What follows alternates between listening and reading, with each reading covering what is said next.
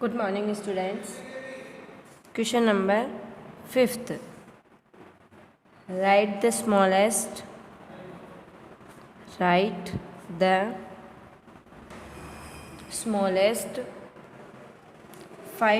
number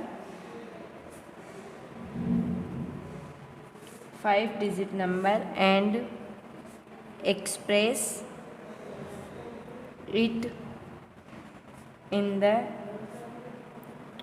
the form of its prime factor. इसके prime factor के अंदर आपको शो करने हैं। Right the smallest 5-digit number and express it in the form of its prime factor. आपको क्या करना है, स्मॉलेस्ट 5-digit लिखनी है। पहले स्मॉलेस्ट 5-digit क्या होता है, smallest 5-digit number. Smallest 5-digit number क्या है, 1, फिर उसके बाद 4 सुपर, मतलब कि 10,000। अब इसको आपके क्या करना है, फैक्टर्स लिखने हैं, प्राइम फैक्टर्स लिखने हैं, मतलब कि आपको क्या बनाना है, फैक्टर ट्री बनाना है। फर्स्ट कितना हो जाएगा आपके 10,000। अब इसका फैक्टराइज करेंगे तो 2 × 5,000, 2 × 5,000। 5,000 का वापस फैक्टराइज करेंगे, 2 × 2500। 2500 को वापस प्राइम फैक्टराइजेशन करेंगे तो कितना हो जाएगा, आप कर सकते हो 25 × 100।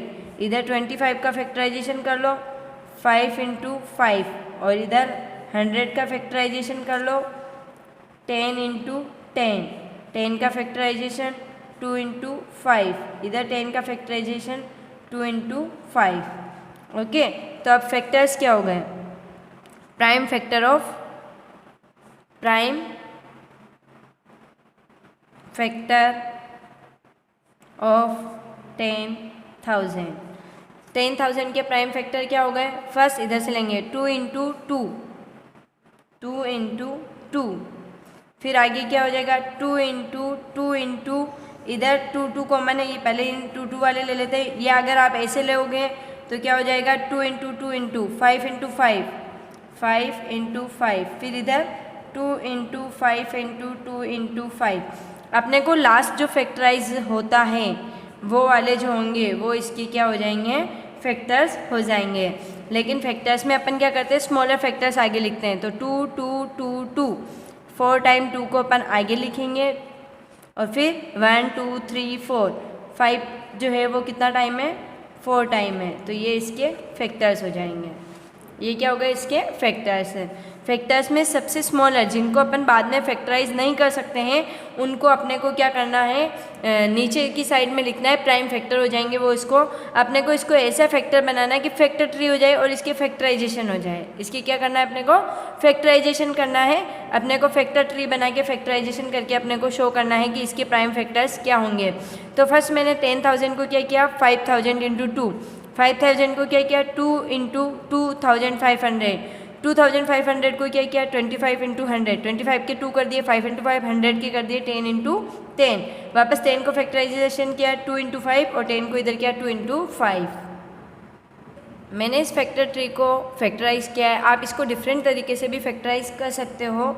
अपन कैसे कर सकते हैं इसको फैक्टराइजेशन एक और तरीके से, तो वो मैं बताती हूँ। जैसे 10,000 है, कितना दिया हुआ है आपको, 10,000। फर्स्ट अपन ने किया 2 5,000, 2 × 5,000, 5,000 को वापस फैक्टराइज किया 2 × 2500, हाफ कर दिया मैंने। नेक्स्ट वापस इसका किया 2 × 1250, कितना हो जाएगा 1250। वापस इसको फैक्टराइज किया 2 × 625। अब 625 को फैक्टराइजेशन करेंगे तो क्या आएगा 5 125, 125 को करेंगे तो क्या आएगा 5 25, 25 को फैक्टराइजेशन करेंगे तो 5 5। ये जो 2 2 2 2 5 5 5 5, ये क्या हो गए, इसके प्राइम फैक्टर्स हो गए। तो अपन ऐसे भी कर सकते हैं। इसके फैक्टर्स जो हैं मैंने उसमें आपको क्या किया था, मैंने कि जो 2500 था उसका फैक्टर मैंने 25 × 100 किया था। तो उससे आपको समझ में नहीं आया हो तो आप इसे शॉर्ट में भी कर सकते हो। उसको शॉर्ट में 2 टाइम और स्मॉलर देन करके आप इसको क्या कर सकते हो, फैक्टराइज कर सकते हो। स्मॉलर यूनिट से मल्टीप्लाई करके भी अपन कर सकते हैं। इनके फैक्टर्स ईजी हो जाएंगे। फर्स्ट में मैंने 2 से किया, 2 × 5000, फिर हाफ कर दिया इसका मैंने, फिर 2 से किया, फिर 2500 को 2 × 1250 से किया, 1250 का हो गया, 2 × 625, 625 का हो गया, 5 × 125, 125 को फैक्टराइज किया, 5 × 25, 25 को वापस फैक्टराइज किया, 5 × 5। अब इसके फैक्टर्स क्या हो जाएंगे, 2 × 2 × 2 × 2 × 2 × 5 × 5 × 5 × 5। ओके, ये ऑल क्या हो गए इसके फैक्टर्स, ये सारे क्या निकल गए, इसके फैक्टर्स निकल गए। Question number 6, find all the prime factors, find all the prime factors of 1729 and arrange them in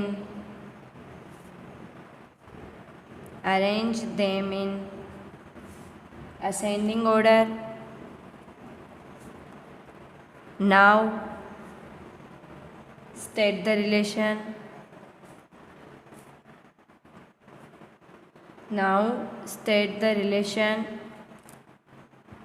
If any between two consecutive prime factor। आपको क्या करना है इसमें, find all the prime factor of 1729। Prime factors लिखने हैं 1729 का, and arrange them in ascending order. इनको जो फैक्टर्स आएंगे उनको असेंडिंग ऑर्डर में लिखना है। Now state the relation if any 2 consecutive prime factors. अगर कोई से 2 प्राइम फैक्टर्स कॉन्सिक्यूटिव हैं तो उनके बीच में अपने को क्या बताना है, रिलेशन भी बताना है। अब आपको क्या करना है, इसके फैक्टर्स निकालने हैं। फैक्टर्स निकालने के लिए 1729 इसको अपन फैक्टर ट्री बनाएंगे। फैक्टर ट्री के लिए अपने को क्या करना है कि ये किसकी टेबल में आते हैं वो पता करना है। अगर अपने को पता नहीं चलता है कि ये किसकी टेबल में आ रहा है तो अपन करके देख सकते हैं। लास्ट डिजिट क्या है, ओड नंबर है, मतलब 2 की टेबल में नहीं आते हैं। 3 के लिए डिजिट प्लस करो, 1 + 7 8, 8 + 2 10, 10 और 9 19, 19 3 की टेबल में नहीं आते हैं। 4 के लिए लास्ट 2 डिजिट में करके देखो, 29 है, ओड नंबर है, नहीं होगा 4 का भी। 5 के लिए लास्ट डिजिट 0 और 5 होनी चाहिए। 6 के लिए 2 और 3 का कंप्लीट होना चाहिए तो 6 का होगा, 2 3 का नहीं हो रहा तो नहीं होगा। 7 के लिए अपन क्या करेंगे, पेयर बनाएंगे। लास्ट का 3 डिजिट का पेयर है 7 2 9 और रेस्ट ऑफ डिजिट 1, उसको सब्ट्रैक्ट करेंगे तो 7 28। अगर ये 7 की टेबल में आता है तो 7 1 7 और 7 4 28, मतलब कंप्लीट डिवाइड हो रहा है तो ये 7 की टेबल में आता है। अब कितने टाइम में आता है तो 1729 में 7 का डिवाइड करके देखो, 7 2 14, 7 4 28 और 7 7 49, कितना हो गया 247। 247 टाइम में 247 को 7 से मल्टीप्लाई करते हैं तो कितना आता है 1729। अब 247 किस में, कौन सी टेबल में आते हैं वो निकालना है, तो उसके लिए अपने को निकाल के देखना पड़ेगा। 247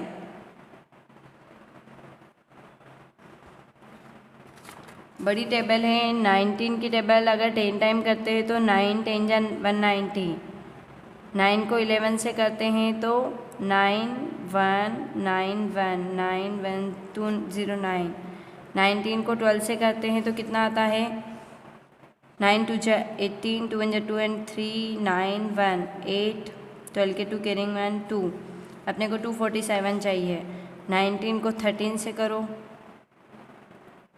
27, 3 1 3 और 2 5 9 1 7, 14 के 4 कैरिंग 1 2, कितना आ रहा है 247।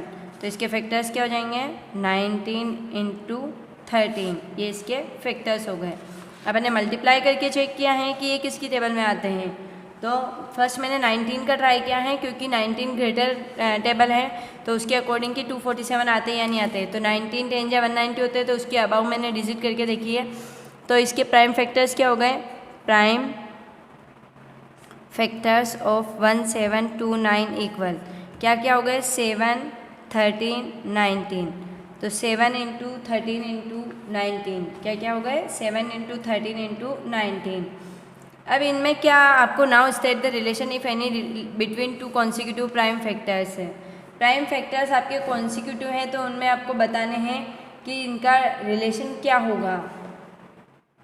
तो इसमें रिलेशन कितना है? 13 में से 7 लेस किया 6 और 19 में से 13 लेस किया तो 6। इनमें डिफरेंस कितना है? 6 का। तो रिलेशन बताएंगे अपन, the difference of two consecutive prime factors is 6। उनका कितना हो गया? 2 आपके कॉन्सिक्यूटिव प्राइम फैक्टर्स का डिफरेंस कितना हो गया? 6 हो गया। सिर्फ अपने को रिलेशन बताना है कि इनमें कितने का डिफरेंस है। तो अपन ने क्या किया था? फर्स्ट 1 से 1 2 9 के अपन ने क्या किया? प्राइम फैक्टर्स निकाले, फिर उनको अपन असेंडिंग ऑर्डर में अरेंज किया 7 13 19। फिर उनका रिलेशन बताया है कि इनमें कितने का डिफरेंस है? आपके 6 6 का डिफरेंस है। Next question 7।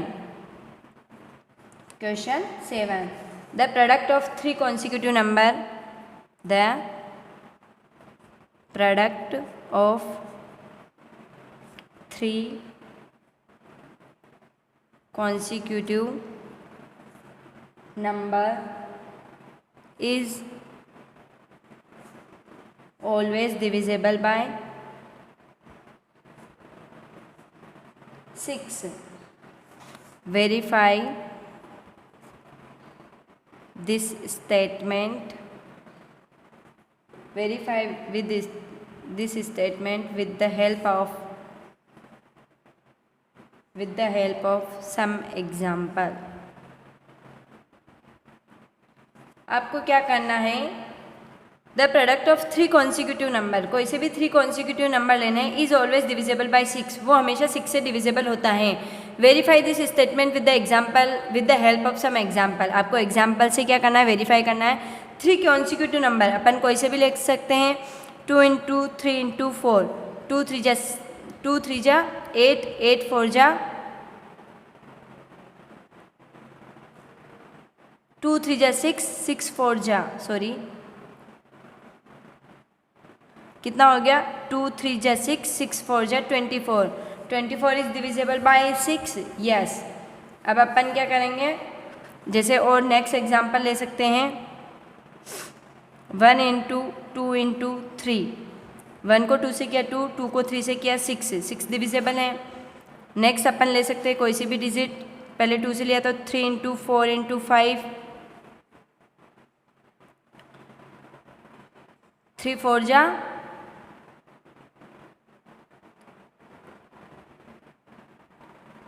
3 1 जा 3, 3 2 जा 6, 3 3 जा 9, 3 4 जा 12, 12 5 जा 60, 60 6 से डिविजिबल है, यस। तो इसमें अपने को शो करना है कि वो आपको डिविजिबल बाय 6 होता है या नहीं होता है। तो अपन इसका आंसर लिखेंगे। इसका रूल क्या कहता है कि जो आप 3 consecutive नंबर लेंगे उसमें से 1 तो 3 का मल्टीपल होना चाहिए, एक डिजिट ऐसी होनी चाहिए जो कि 3 का मल्टीपल हो, और एक डिजिट ऐसी होनी चाहिए जो इवन नंबर होता हो।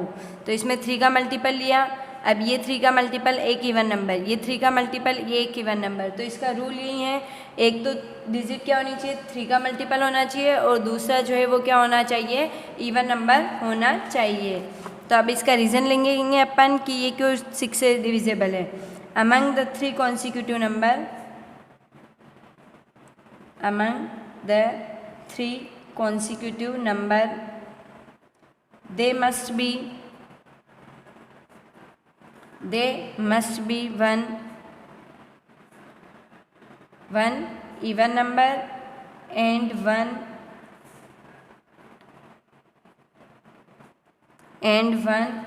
multiple of 3. So the product must be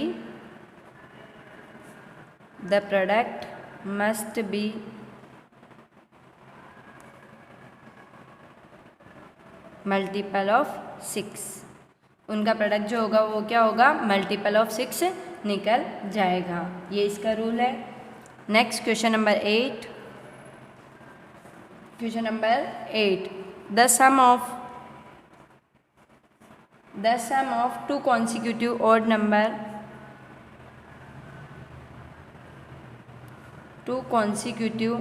odd number is always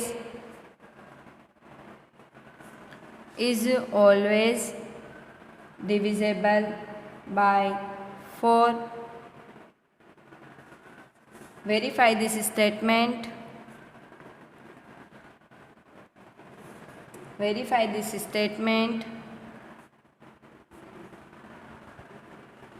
With the help of some example.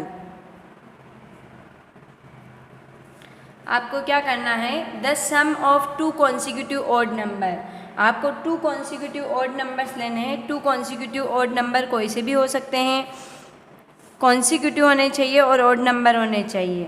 तो 3 5 हो सकता है, 5 7 हो सकता है, 7 9 हो सकता है, 9 11 हो सकता है, 11 13 हो सकता है, 13 15 हो सकता है। ये क्या है, कॉन्सिक्यूटिव ऑड नंबर्स हैं। Is always divisible by 4। उनका जो सम होगा वो कैसे डिविजिबल होगा, 4 से। Verify this statement with the help of some example. अपने को एग्जाम्पल देके क्या करना है, इनको वेरीफाई करना है। तो फर्स्ट अपन लेंगे 3 + 5 = 8। 8 डिविजिबल है 4 से, तो 8 इज डिविजिबल बाय 4। उनका जो सम होगा वो क्या होगा, 4 से डिविजिबल होगा। अब मैं लेती हूँ 5 + 7 12। 12 इज डिविजिबल बाय 4। 12 जो है वो 4 से डिविजिबल है। 7 + 9 16। 16 इज डिविजिबल बाय 4। अब नेक्स्ट ले लो 9 + 11 20। 20 इज डिविजिबल बाय 4। अपने को ये ध्यान रखना है कि कॉन्सिक्यूटिव ऑड नंबर्स लेने हैं। कॉन्सिक्यूटिव ऑड नंबर जो लगातार आते हैं, ऐसे ऑड नंबर्स लेने हैं। उनकी जो सम होगी वो ऑलवेज डिविजिबल बाय 4 होगी। वो कंपलसरी है, उसका रूल होता है कि कोई से भी 2 कॉन्सिक्यूटिव ऑड नंबर हैं, उनकी जो टोटल होती है वो 4 से क्या होती है, डिविजिबल होती हैं। Next question 9।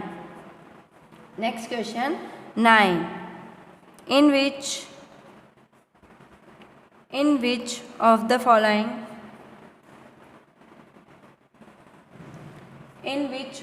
following expression prime factorization has been done? Prime factorization has been done। आपके जो नीचे दिए हुए हैं उसमें किसमें प्राइम फैक्टराइजेशन आपको करके दे रखा है। फर्स्ट है 24 के दे रखे 2 × 3 × 4। अब आप मल्टीप्लाई करके चेक कर सकते हो कि ये इसका सही है या नहीं है। 2 3 जा 6, 6 4 जा 24। लेकिन 4 जो है उसके और फैक्टर हो सकते हैं। इसमें क्या हो जाएगा, 2 × 3 × 4। अगर इसको मल्टीप्लाई करते हैं तो 2 3 जा 6, 6 4 जा 24। आते तो 24 है, लेकिन 4 को अपन प्राइम फैक्टराइजेशन और कर सकते हैं। 4 के फैक्टराइज क्या होते हैं, 2 × 2, वो आपको नहीं दिया हुआ है, इनकम्प्लीट है। तो क्या हो जाएगा, prime factorisation of 24 has not been done. वो आपको नहीं दिए हुए हैं। यस और नो में बताना है दे रखे हैं या नहीं दिए हुए हैं। सेकंड आपको दिया हुआ है 56, 7 × 2 × 2 × 2। 7 2 जा 14, 14 2 जा 28, 28 2 जा 28 2 से कितने होते हैं? अगर आपको नहीं आता है तो 28 को 2 से मल्टीप्लाई करके देखो। 2 8 जा 16, 2 2 जा 4 and 1 5। तो ये कंप्लीट फैक्टराइज है। 7 को अपन फैक्टराइज नहीं कर सकते, it is a prime number, then वो इसका क्या हो जाएगा? कंप्लीट फैक्टराइजेशन हो जाएगा। तो prime factorisation of 56 has been done, वो आपको करके दिया हुआ है, वो कंप्लीट करेक्ट है। आपको इसमें कौन सा करेक्ट है, यस और नो में बताना है। तो अगर यस है तो हैज़ बीन डन, और नेगेटिव है तो आपको नहीं दिया हुआ है तो हैज़ नॉट बीन डन। अब नेक्स्ट आपको दिया हुआ है 70 का 2 × 5 × 7, 2 × 5 × 7। अब 2 5 जा 10, 10 7 जा 70। ना तो 5 के फैक्टराइज होते हैं ना 7 के फैक्टराइज होते हैं, तो क्या हो जाएगा? Prime factorisation of 70 has been done, वो आपको करेक्टली दे रखा है। नेक्स्ट डी, अगर आप चाहो तो इनको प्राइम फैक्टराइज करके भी देख सकते हो, अगर करना चाहें तो अपन कर सकते हैं। अपन प्राइम फैक्टराइजेशन कैसे करते हैं? 70 फर्स्ट 2, 2 3 जा 6, 1 2 5 जा 10, 5 7 जा 35, 7 1 जा 7। तो 2 × 5 × 7, 2 × 5 × 7, it's a correct factorisation. Next आपको दिया हुआ है 54, 2 × 5 × 7। अब मैं 54 के फैक्टराइजेशन कर रही हूँ, फिर बताएंगे अपन। 2 2 2 जा 4, 2 7 जा 14, कितना हो गया? 27। 27 3 3 9 जा 27, 3 3 3 जा 9, 3 1 जा 3। तो इसके करेक्ट फैक्टराइजेशन क्या है? 2 × 3 × 3 × 3, 2 × 3 × 3 × 3, ये इसका फैक्टराइजेशन है। और आपको यहाँ 9 दिया हुआ है तो 9 इसका फैक्टराइजेशन नहीं है, तो क्या हो जाएगा? Prime factorisation of 54 has not been done. Okay, आप फैक्टराइज करके चेक कर सकते हो, अगर वो करेक्ट है तो आप लिख दोगे इट हैज़ बीन डन, और अगर आपको करेक्ट नहीं दिया है, रॉन्ग दिया हुआ है, तो क्या हो जाएगा? It has not been done. Next question 10, question number 10, determine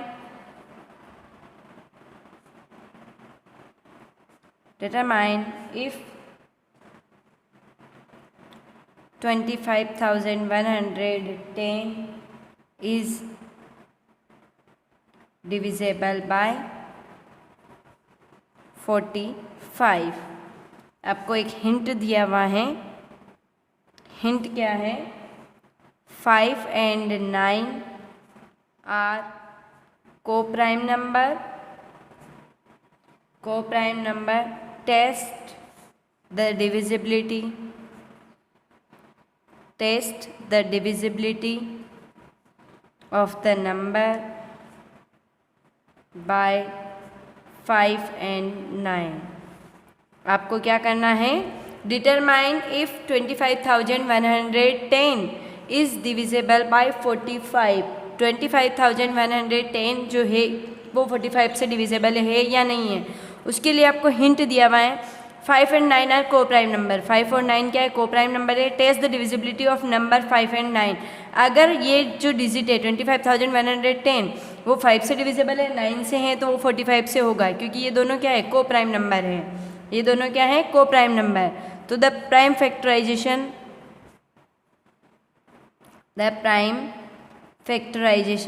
of 45 के प्राइम फैक्टराइजेशन क्या होते हैं?